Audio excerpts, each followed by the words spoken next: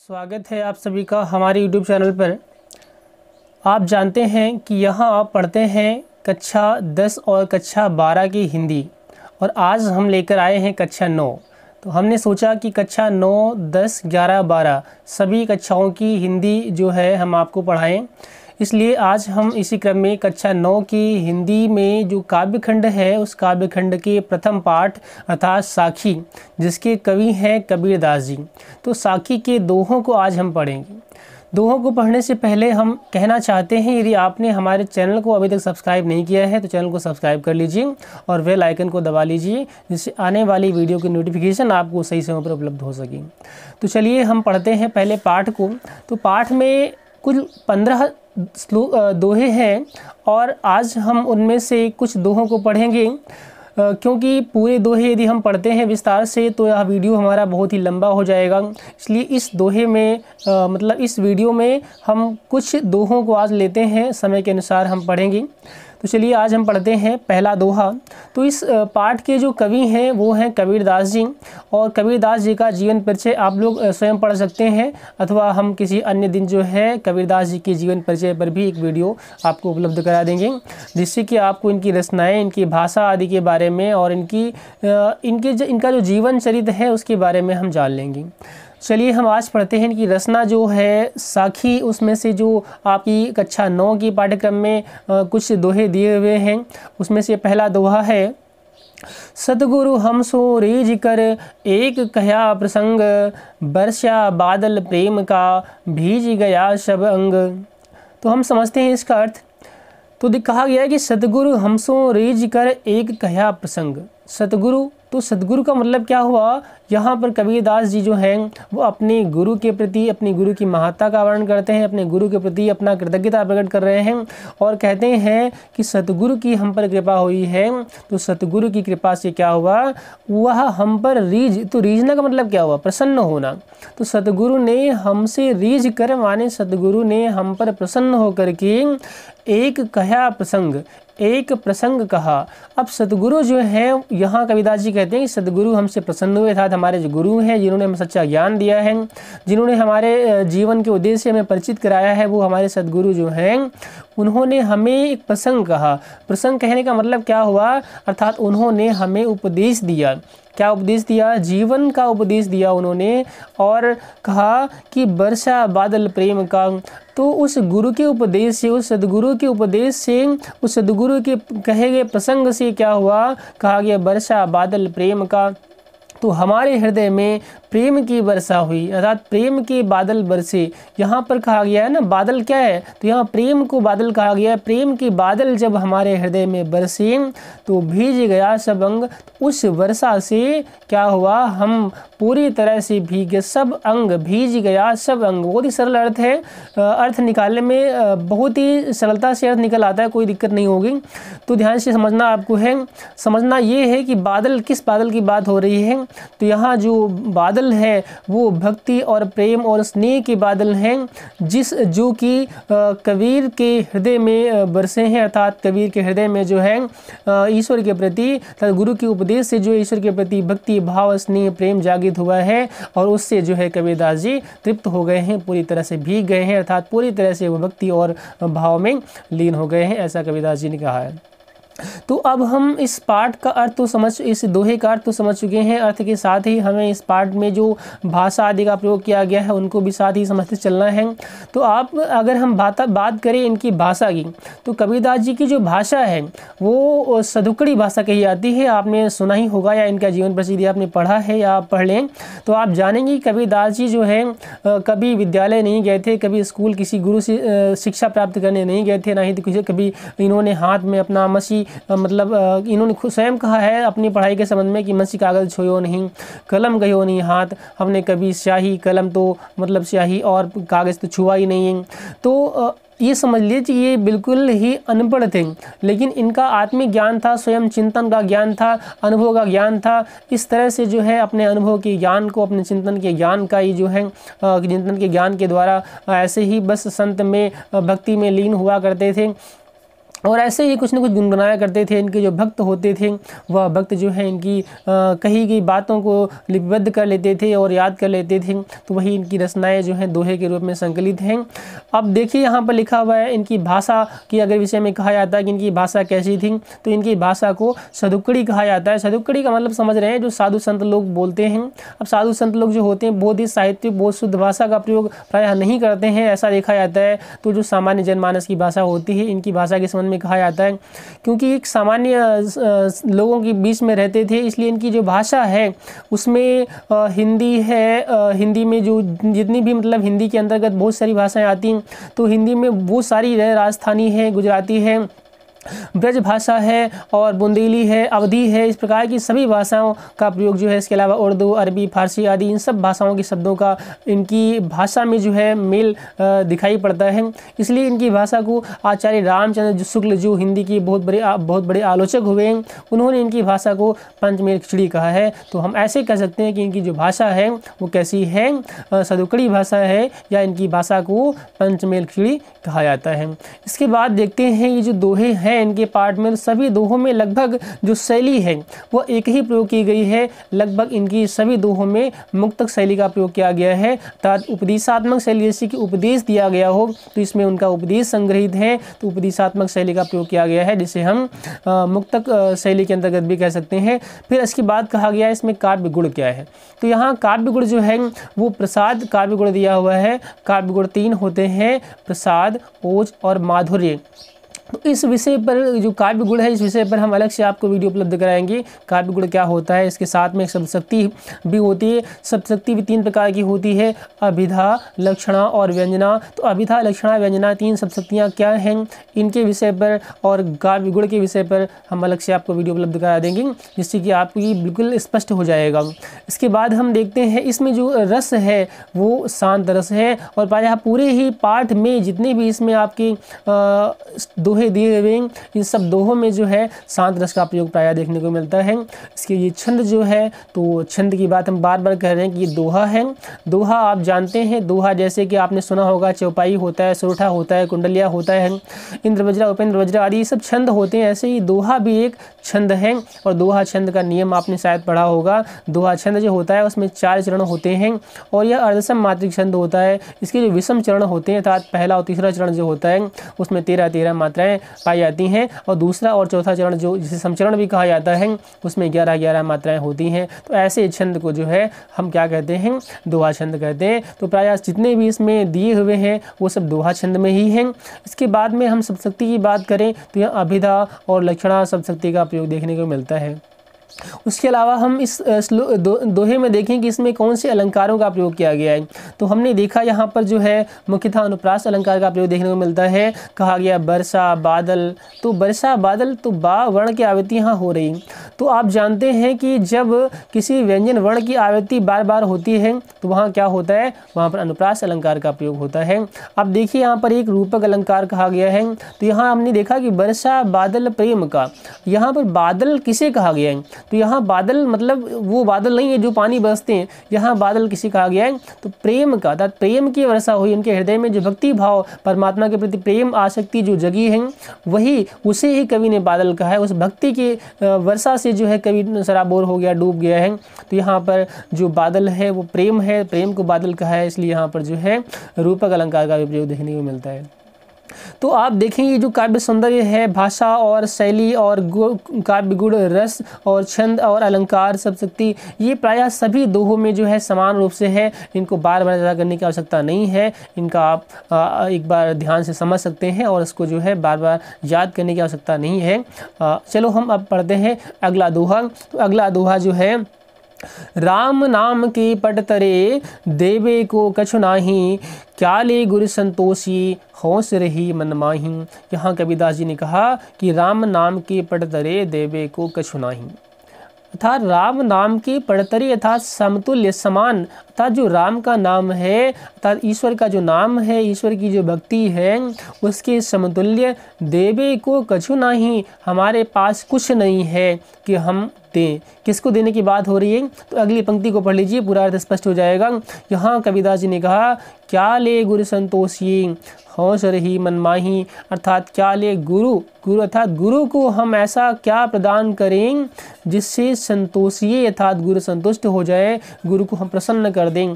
तो अपने गुरु को हम क्या प्रदान करें जिससे हमारे गुरु हम पर प्रसन्न हो जाएं। यहाँ कहा, क्या ले गुरु संतोषिए हौस रही मन माही, ऐसी हमारे मन में जो है हौस है, अभिलाषा है, क्योंकि जो हमारे गुरु ने हम पर कृपा की है, गुरु ने जो हमें इतना उपदेश या ज्ञान दिया है जिससे हमें परमात्मा की अनुभूति हुई, परमात्मा को हमने जानने का प्रयास किया, जो हमारे जीवन का उद्देश्य है उससे हमें गुरु ने परिचित कराया है। तो यह जो हमें उन्होंने ज्ञान प्रदान किया है, यह ज्ञान जो है वह तो अमूल्य है। उस अमूल्य ज्ञान के समतुल्य हम अपने गुरु को क्या दें जिससे हम उससे उऋण हो जाएं, या ऐसे कह सकते हैं हम उन्हें उसके समतुल्य, उसके पढ़ क्या प्रदान करें कि गुरु जो है हम पर प्रसन्न हो जाएं।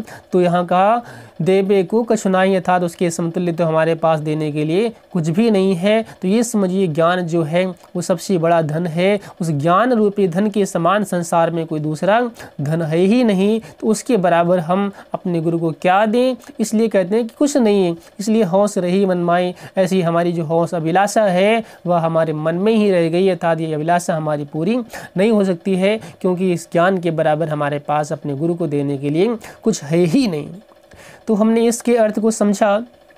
तो भाषा आदि की बात हम बार बार करना व्यर्थ है, तो भाषा आदि की बात हम बार बार नहीं करेंगे। आप एक बार समझ लेते हैं, सदुक्कड़ी भाषा बतानी है आपको, शैली मुक्तक बतानी है, प्रसाद गुण बताना है, शांत रस का प्रयोग सभी में प्रायः हुआ है, और दोहा छंद है, अभिधा सप्तशती का प्रयोग हुआ, कहीं कहीं लक्षण या व्यंजना साथ में देखने को मिलेगा। लेकिन सभी दोहे जो हैं बहुत ही सरल अर्थ वाले, इसलिए यहाँ पर अभिधा शक्ति सभी में है।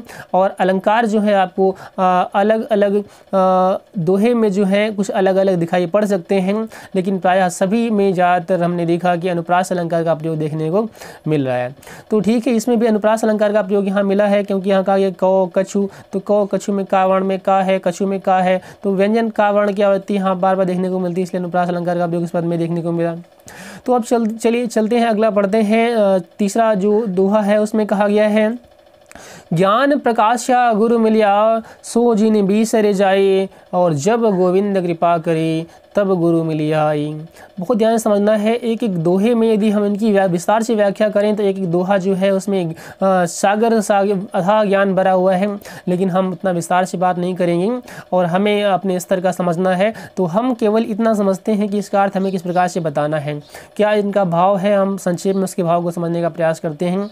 तो कहा गया है, ज्ञान प्रकाशा गुरु मिलिया, अर्थात ज्ञान का प्रकाश हुआ, और लिखा है ना गुरु मिलिया, जब गुरु मिला तो गुरु के मिलने से क्या हुआ, ज्ञान प्रकाश, हमारे हृदय में ज्ञान का प्रकाश हुआ, ज्ञान से हमारा हृदय जो है प्रकाशित हो गया।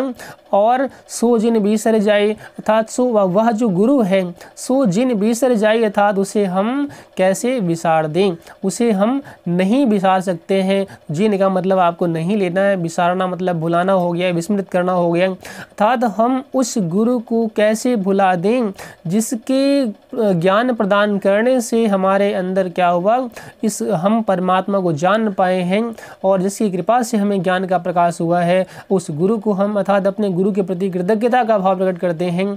ये मानते हैं कि उनका उपकार हम पर है, इसलिए हम उनके उपकार को भुला नहीं सकते हैं। फिर आगे देखिए लिखा है ना, जब गोविंद कृपा करी तब गुरु मिलिया आए, और यहाँ इस बात को भी पुष्टि करते हैं कि जब गोविंद कृपा करी, तो गोविंद का मतलब यहाँ परमात्मा से है, ईश्वर से है। और ये मानते हैं कबीरदास जी कि ईश्वर की कृपा हुई, तब ईश्वरी कृपा से ही हमें गुरु की प्राप्ति हुई है। तो ईश्वर ने कृपा की हम पर है, और उन्होंने हमें इस सद्गुरु की प्राप्ति कराई है। ईश्वरी कृपा से हमें सद्गुरु प्राप्त हुए हैं, और तब गुरु मिलिया आए था, तब हमें गुरु मिले हैं जब गोविंद ने कृपा की है। इसीलिए ऐसे प्राप्त गुरु जो ईश्वरी कृपा से हमें गुरु प्राप्त हुए हैं, हम उन्हें कैसे विसार सकते हैं। तो ज्ञान की प्राप्ति एक अच्छे गुरु की प्राप्ति और अच्छा ज्ञान की प्राप्ति जो है यह अभी ईश्वर की कृपा के बिना नहीं हो सकती है। इसी बात की पुष्टि के लिए इसमें एक भाव साम्य के अंतर्गत एक पंक्ति दी है, कहा गया है, बिनु सत्संग विवेक न होई, राम कृपा बिनु सुलभ न सोई। अर्थात राम की कृपा के बिना जो है यह सत्संग भी हमें सुलभ नहीं हो सकता है। कहा गया बिनु सत्संग विवेक न होई, बिना सत्संग की, बिना अच्छे विद्वान लोगों की संगति के जो है हमारे अंदर विवेक नहीं आता है, और बिना जब विवेक नहीं आता है तो हम अपने जीवन के उद्देश्य को समझ ही नहीं सकते कि हमारे जीवन का उद्देश्य क्या है, क्या करना है, क्या गलत है या क्या सही है। तो यहाँ कबीरदास जी ने कहा है कि बिना सत्संग के विवेक नहीं आता है, और यह विवेक आता कब है, तो एक अच्छे गुरु की प्राप्त होने पर आता है, और अच्छा गुरु का प्राप्त होता है। तो यहाँ कहा गया ना कि राम कृपा बिन सुलभ न सोई, राम की कृपा के बिना यह जो विवेक है यह भी हमें प्राप्त नहीं हो सकता है, सत्संगति भी हमें प्राप्त नहीं हो सकती है। तो आगे देखते हैं जो अगला दोहा है, दीपक नर पतंग भ्रम भ्रम इवई पड़ंत, कहे कबीर गुरु ज्ञानति एक आध उबरंत, माया दीपक। यहाँ पर कहा गया है माया क्या है, माया मतलब संसार में जो कुछ भी हमें दिखाई पड़ रहा है यह सब इसी जो है सब भौतिकता को यहाँ कबीरदास जी कहते हैं कि ये सब माया है। माया का मतलब ये हुआ जो हमेशा नहीं रहता, जो शाश्वत नहीं है, जो कुछ समय के लिए है और जो नष्ट हो जाएगा, जो नाशवान है, वो सब माया है। हम भी तो नाशवान हैं, हम भी तो हमेशा रहने वाले नहीं है। क्या ये हमारा तन हमेशा रहेगा? क्या ये संसार में जो कुछ पेड़ पौधे वृक्ष लता जो कुछ भी आप देख रहे हैं, धन दौलत, क्या ये आपके घर मकान शादी संगीत सब हमेशा रहने वाले हैं? तो हमेशा कोई नहीं रहता है। तो यहाँ का ये सब क्या है, एक तरह से माया है। और यहाँ कहा कि माया दीपक, यहाँ पर कबीरदास जी ने एक प्रसंग, एक उदाहरण देकर समझाने का प्रयास किया है कि जैसे आपने दीपक को देखा होगा, तो दीपक को यहाँ कबीरदास जी ने कहा ये उस माया के समान है, और कहा नर पतंग। और पतंग क्या, यहाँ पतंग का मतलब वो आकाश में उड़ाने वाली पतंग से मतलब नहीं है। यहाँ पतंग का अर्थ है जो दीपक के आसपास उड़ने वाले पतंगे होते हैं, उनसे अर्थ लिया गया है। तो यहाँ पर मनुष्य जो है इस संसार में उसी कबीरदास जी ने कहा कि पतंगे के समान होता है। तो ये संसार जो है ये एक माया है, और ये जो माया है वो क्या है, एक दीपक है। तो माया रूपी जो दीपक है उसके आसपास भ्रम भ्रम इवई पड़ंत, बार बार भ्रमण करके चक्कर काट काट के उसमें पड़ने वाला जो नर है, जो मनुष्य है, वो क्या है, वो पतंगा है। अर्थात आपने देखा होगा अधिकतर वर्षा ऋतु में आपने देखा ही होगा कि जब लाइट जल रही होती है, दीपक जल रहा होता है, तो उसके पास ढेर सारे पतंगे जो हैं उस प्रकाश को देखकर उसको पाने का प्रयास करते हैं, उसके पास जाते हैं और चक्कर काट कर उसमें आग में जाकर के जल जाते हैं। तो यहाँ वही कहा गया है कि ये संसार जो है ना, ये संसार की जो मोह माया आदि है या सब उस दीपक के समान है जिसके आसपास जो है पतंगे चक्कर काटते हैं और अंत में वो कुछ प्राप्त नहीं कर पाते हैं और नष्ट हो जाते हैं। तो यहाँ माया ये जो है वो क्या है, दीपक के समान है। और नर पतंगा है, तो जब नर है संसार की मोह माया में फंस जाता है, उसे धन चाहिए, ऐश्वर्य चाहिए, बंगला चाहिए, गाड़ी चाहिए और बहुत सारे नौकर चाकर चाहिए। तो इन सबको पाने के लिए जीवन भर वो चक्कर काटता रहता है, जीवन भर प्रयास करता रहता है। इन सबको पाने के प्रयास में जो है अपने जीवन के उद्देश्य से भटक जाता है। तो यहाँ कबीरदास जी ने कहा है कि ये माया उस दीपक के समान है, और मनुष्य जो उस पतंगे के समान है जो बार बार आकर के उस दीपक की लौ में कूदता है और जल करके नष्ट हो जाता है, कुछ नहीं प्राप्त कर पाता है।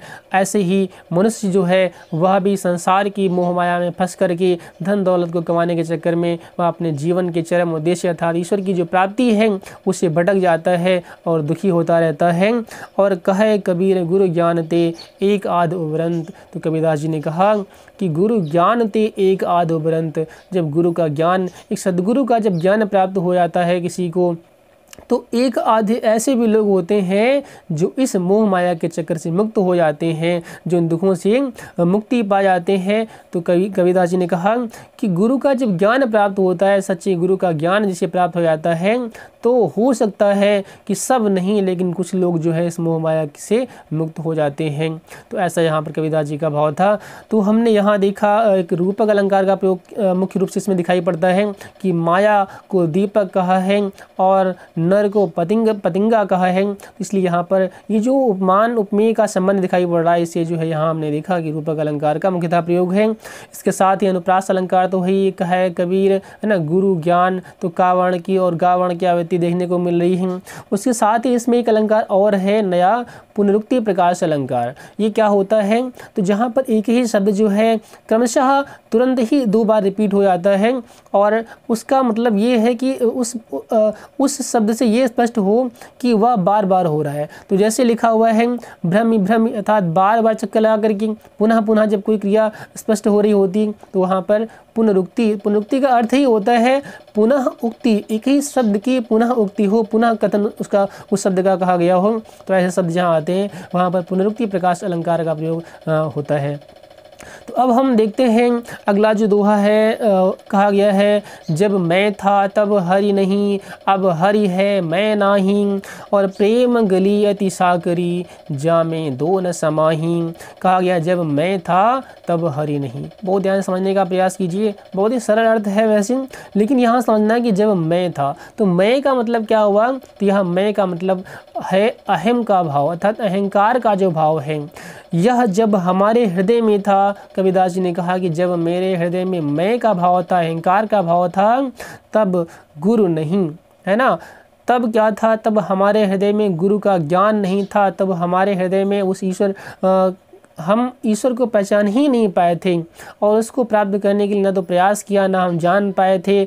तो यहाँ कबीरदास जी ने कहा कि तब हमें गुरु का प्रकाश नहीं मिला था, ज्ञान नहीं मिला था, इसलिए तब मुझ में अहंकार था।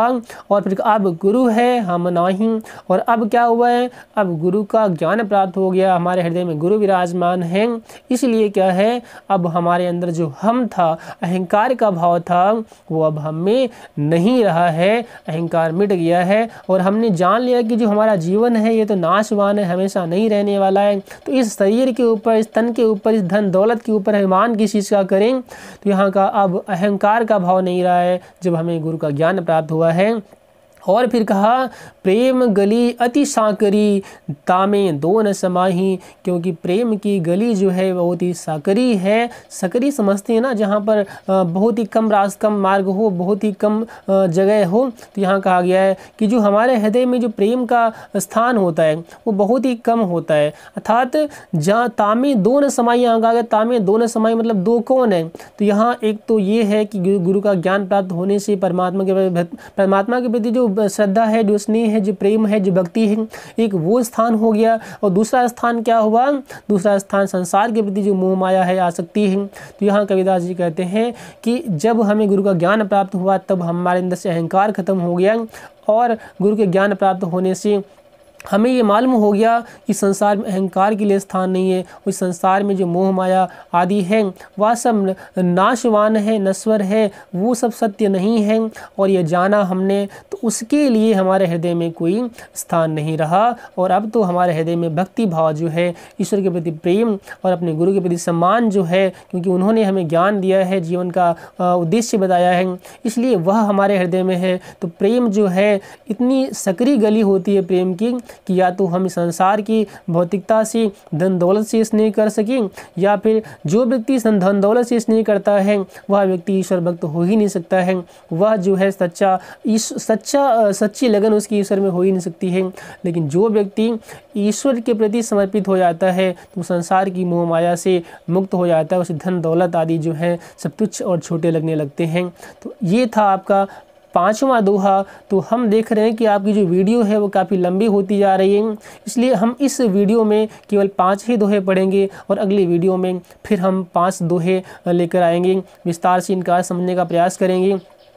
तो आज के लिए बस इतना ही, और हम चाहते हैं यदि आपने चैनल को सब्सक्राइब नहीं किया है तो चैनल को सब्सक्राइब करें, बेल आइकन को दबाइए, और अपने मित्रों को भी शेयर करते रहिए, जिससे कि ज़्यादा से ज़्यादा उनको भी इसका लाभ मिल सके। और यदि आपको फिर भी इस अर्थ को समझने में कोई कठिनाई होती है तो आप कमेंट करके हमें अवश्य बताइए, जिससे कि हम आपकी समस्या का समाधान भी करने का प्रयास करेंगे।